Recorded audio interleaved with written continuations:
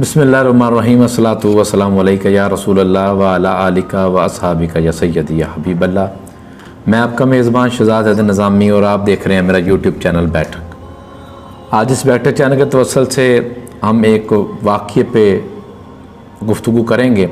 हज़रत अब्दुल्ला बिन ज़ैद अंसारी रज़ी अल्लाह तआला अन्हु ने नबीना होने की दुआ क्यों मांगी।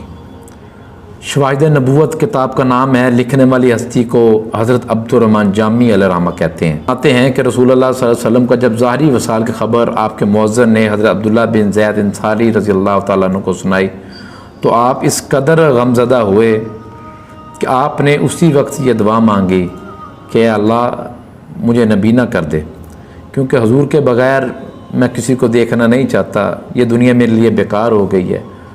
तो आप उसी वक्त नबीने हो गए। तो जब असहाबा ने पूछा कि आपने ये दुआ क्यों मांगी, तो आपने कहा कि अब्दुल्ला बिन ज़ैद अंसारी कहते हैं कि आँखों में लज्जत निगाह यार तो बाकी है, हुज़ूर के बग़ैर मैं ये दुनिया को नहीं देखना चाहता, मुझे किसी को देखने का शौक़ नहीं है। बस पूरी ज़िंदगी आपने फिर वैसे ही गुजारी कि रसूल में दिन रात तड़पते थे और आपने पूरी ज़िंदगी ऐसे गुजार दी।